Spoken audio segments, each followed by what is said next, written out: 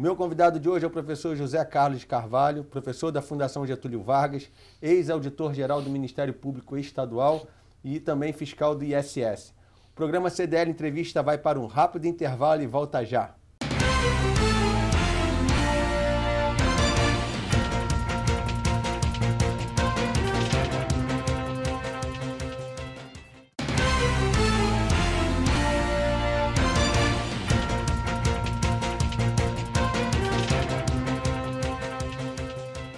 Estamos de volta com o programa CDL Entrevista com o professor José Carlos Carvalho. Professor, é um prazer imenso tê-lo aqui no nosso programa. Obrigado. O senhor é morador do Rio de Janeiro, mas nasceu no Rio de Janeiro? Nasci no Rio de Janeiro, sou carioca, mas na verdade a gente vive mais viajando do que qualquer outra coisa, né? Esse ano Deus me deu a oportunidade de conhecer 25 estados, então... Rodou o Brasil inteiro praticamente, né, professor? Nesse último ano? Nesse último ano, 2010. Esse ano já tive em 18 estados. Então o senhor vive mais no céu do que na terra. É verdade. Mas o senhor nasceu em qual cidade? Nasci no Rio de Janeiro, sou carioca. Formação, estudou no Rio de Janeiro? Estudei no Rio de Janeiro, estudei na Universidade Federal do Rio de Janeiro, fiz o mestrado na UERJ e estou fazendo doutorado na terra dos nossos patrícios, em Portugal. E como é que é estudar em Portugal, trabalhar no Brasil, morar no Rio de Janeiro? Fabiana, a necessidade de sobrevivência, ela é premente, né? Então a gente precisa trabalhar bastante. A gente trabalha muito mais hoje do que antigamente, penso eu, né? Com certeza. Papai chegava em casa às 18 horas, eu lembro disso. Hoje, quando eu consigo chegar em casa às 11 horas da noite, fico feliz com isso. Né? E a família, compreende, professor? Fabiana, enquanto a esposa estiver reclamando, isso é um bom sinal. Quando ela parar de reclamar, eu começo a ficar preocupado. Né? É verdade, isso é uma questão a se considerar, né? Então, já que a esposa reclama, é sinal que o negócio ainda tá bom, né, professor? Sinal que ainda sou útil. Eu espero não só por pagar as contas, né? Com certeza. Professor, a sua formação é em qual cadeira? Graduação em contabilidade e mestrado em contabilidade também. Contabilidade. A função... Meu pai também foi contador. Meu pai é contador. A contabilidade mudou muito, né, professor? De uns anos para cá, houve uma ascensão da carreira do contador, né? É verdade. Na verdade, assim, Fabiano, no Brasil, o contador ele é muito mal visto. Diferentemente do que acontece na Europa, nos Estados Unidos. Nos Estados Unidos, uma das profissões mais bem pagas é a contador. Parece que a gente só perde lá para advogado, salvo o melhor juízo. Advogado, em qualquer país do mundo é bem pago. Verdade, né? É verdade. Lá chama-se CPA, Certified Public Accountant. Só que aqui no Brasil, por conta desse processo de convergência de normas, o Brasil ele é signatário de um protocolo que obriga a nossa contabilidade a estar convergindo para a contabilidade internacional. Sim. E por conta disso, os contadores estão sendo bem mais demandados hoje do que era antigamente. Se você parar para pensar também, assim, o insumo mais importante hoje é a informação. E o contador ele tem informação. O insumo mais importante já foi a terra, né, da Idade Média, já foi o capital na Revolução Industrial. Hoje o insumo mais importante é a informação. Então o contador que está atento a esse cenário, ele tende a ser mais valorizado. Mas, professor, como o senhor bem disse, o contador hoje é fundamental para as empresas. Mas a gente vê também que grande parte dos profissionais ainda não se atentou para essa expertise que o senhor vem alertando, né? Isso é verdade, Fabio. Infelizmente, os contadores, regra geral, são pagadores de impostos. Quer dizer, o camarada ele sabe o dia que tem que fazer o recolhimento do PIS, do COFINS, mas ele não é ainda um assessor, não. Então ele acaba perdendo espaço muito para o pessoal de consultoria. Alguns anos atrás nós montamos uma associação chamada ANGRAC, Associação Nacional dos Cursos de Graduação em Contabilidade, cujo objetivo era contribuir para melhorar a visão do contador, enfim, de forma que ele fosse multifacetado, né? Enfim, pudesse assessorar melhor as empresas, mas isso ainda não se tornou realidade. Professor, o nosso assunto hoje, com certeza, ele vai trazer em ebulição várias questões do comércio. Por isso, até nós, dentro da sua agenda tão apertada, o senhor ter nos cedido esse tempo. Existe uma imposição legal que é o impairment.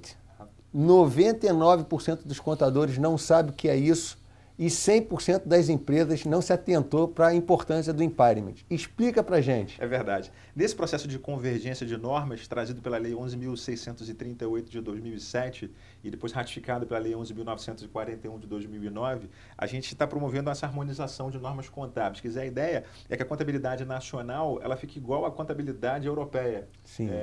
E aí, assim, tem uma série de ajustes que são necessários às demonstrações contábeis. Um desses ajustes é o teste de impairment, ou recuperabilidade dos ativos, né? É uma obrigação acessória, na verdade, 100% das empresas tem que fazer o teste de impairment e a gente sabe que mais de 90% das empresas não realizaram esse teste. Ou seja, elas estão irregulares. se forem fiscalizadas, podem sofrer as sanções Desde previstas. quando existe essa exigibilidade? Prefeito, ela existe desde 2008. Na verdade, Sim. as empresas são obrigadas a gerar um laudo pelo menos uma vez por ano a partir de 2008. Então, assim, Sim. quem não fez o laudo de 2008 já está irregular, quem não fez o laudo de 2009 já está irregular, de 2010 também.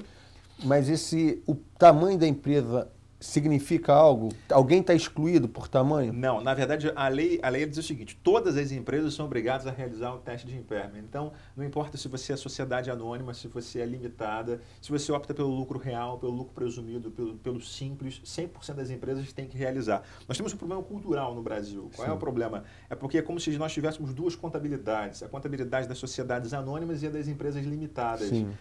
Então, boa parte das obrigações, os contadores pensam, não, mas isso só é aplicável às sociedades anônimas. Na verdade, isso já caiu por terra. Sim. Porque o Conselho Federal de Contabilidade já se pronunciou e já disse, olha, isso aqui é obrigatório para todas as empresas. Então, aquela contabilidade diferenciada não existe mais. Certo. Todas as empresas são obrigadas a realizar o teste de impairment a partir de 2008. E quem não fez, como proceder, professor? Ah, perfeito.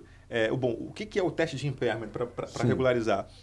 Algumas empresas tinham um triste hábito de maquiar suas demonstrações contábeis para ficar com uma carinha melhor, por exemplo, obter um financiamento bancário.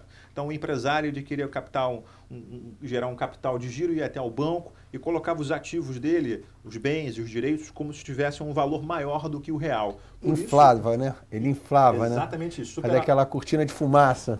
Perfeito, Fabiano. E aí, por conta disso, o governo está interessado em saber se aquilo que está no balanço, se realmente é verdade ou não. Então, veio o teste de impairment ou recuperabilidade dos ativos. Ele se aplica ao ativo permanente, né, que não existe mais, ativo mobilizado, mais especificando, e ao ativo intangível. Então, toda empresa que tem bens móveis, todas as empresas que têm bens imóveis, e aí se você parar para pensar, praticamente todas as empresas têm pelo menos um computador, Verdade. uma mesa, uma cadeira registrada no ativo. Elas são obrigadas a fazer esse teste.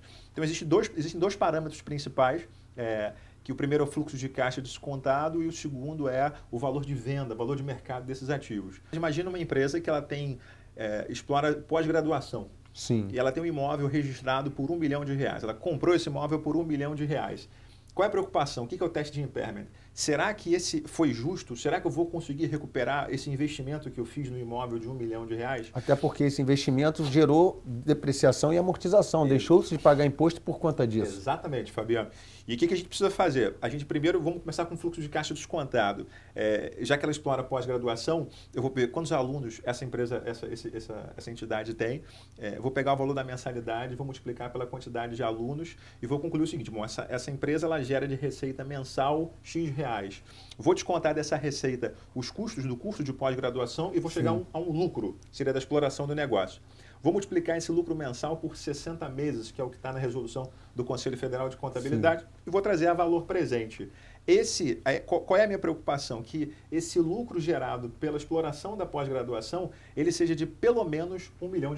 Entendi. Porque se ele for de pelo menos R$1 milhão, significa o seguinte: a empresa vai recuperar o investimento que ela fez com a aquisição do imóvel. Esse é o primeiro parâmetro. Perfeito. O segundo parâmetro é o valor de venda. Então, só retornando ao primeiro parâmetro, na realidade é para você ver, fazer você traz um fluxo descontado e ver se o rendimento se paga. Se pagando, aceita. Se não pagar, está irregular. Está irregular. E vamos para o segundo método. Vamos para o segundo. Perfeito, Fabiano. Perfeito. Qual é o segundo método? O segundo método é o valor de venda. Então, eu faria uma pesquisa, quanto é que custa, qual é o valor do metro quadrado desse imóvel aqui na circunvizinhança? Sim. O imóvel é novo ou é antigo? E aí eu chegaria a um valor de mercado. E eu, da mesma forma, iria torcer para que o valor de mercado do imóvel fosse igual ou maior ao valor que eu gastei com a aquisição. E se for maior, professor, tem alguma incidência de imposto sobre isso? Não, porque o regulamento do imposto de renda, tem critérios próprios para a parte fiscal. Sim. Então, assim, se a contabilidade registrar esse ganho, essa valorização, aí eu tenho que pagar o imposto de renda de acordo com a realização do bem. Sim. Só que a nossa reavaliação no Brasil, ela está suspensa. Sim. Então, contabilmente, eu não posso mais gerar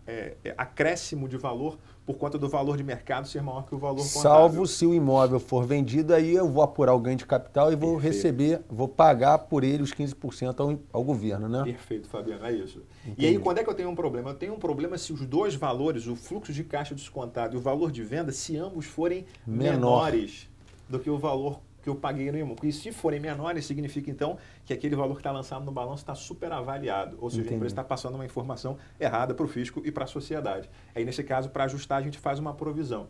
Então, o que as empresas têm que fazer para regularizar? Precisam contratar um especialista em impairment que vá até a empresa, mapeie quais são os bens móveis, os bens imóveis ou intangíveis, porque marca e patente também está sujeito a isso. E tem empresas assim que têm uma carteira de clientes. Isso vale dinheiro. Ainda mais esse mercado de internet, que a marca é muito maior do que o tangível da empresa, né? Perfeito. Super comum em várias empresas isso.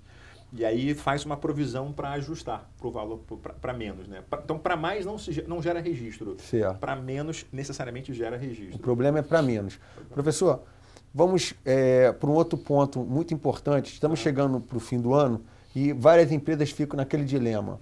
Eu sou simples, vou me desenquadrar do simples, vou para o lucro presumido, vou para o lucro real. Em grosso modo falando, quando que é vantajoso estar no simples? Fabiano, a gente precisa tratar isso de maneira assim, mais profissional. E aí já vai uma crítica. Perceba, eu sou contador, sou corporativista e amo a minha profissão.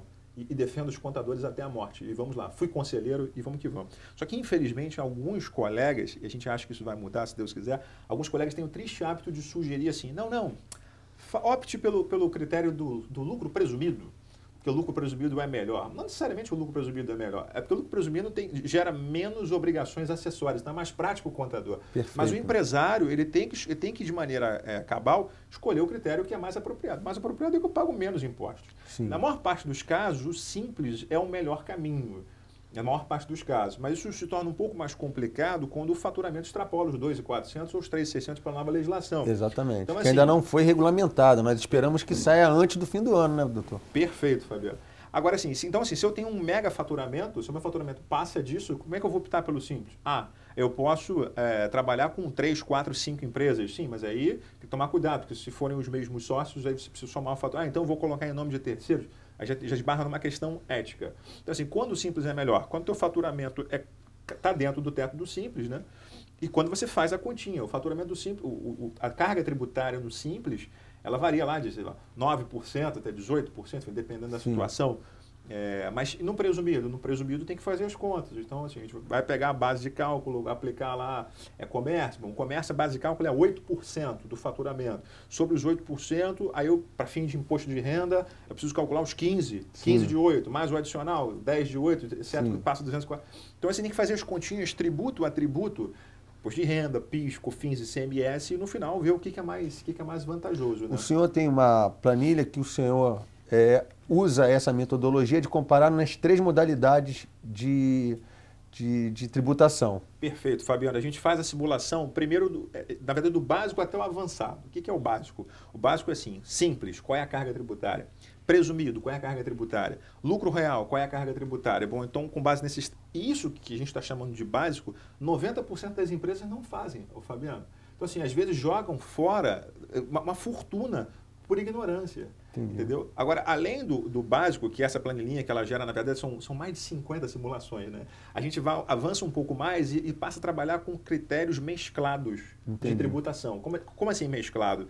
Porque se você está falando de 2 empresas, a legislação não me proíbe que uma empresa ela preste serviço para outra, ou que uma empresa forneça mercadorias para esta outra. E ao fornecer mercadorias ou prestar serviço, o que é receita para esta é despesa para esta. E nessa combinação acaba sendo vantajoso, porque perceba, se a empresa que presta serviço, Fabiano, ou para esta que é comercial ou que tem qualquer outra atividade, se essa que presta serviço e ela está no simples, ela vai pagar 10% sobre o faturamento, 12% sobre o faturamento. Enquanto que essa empresa que tomou o serviço desta...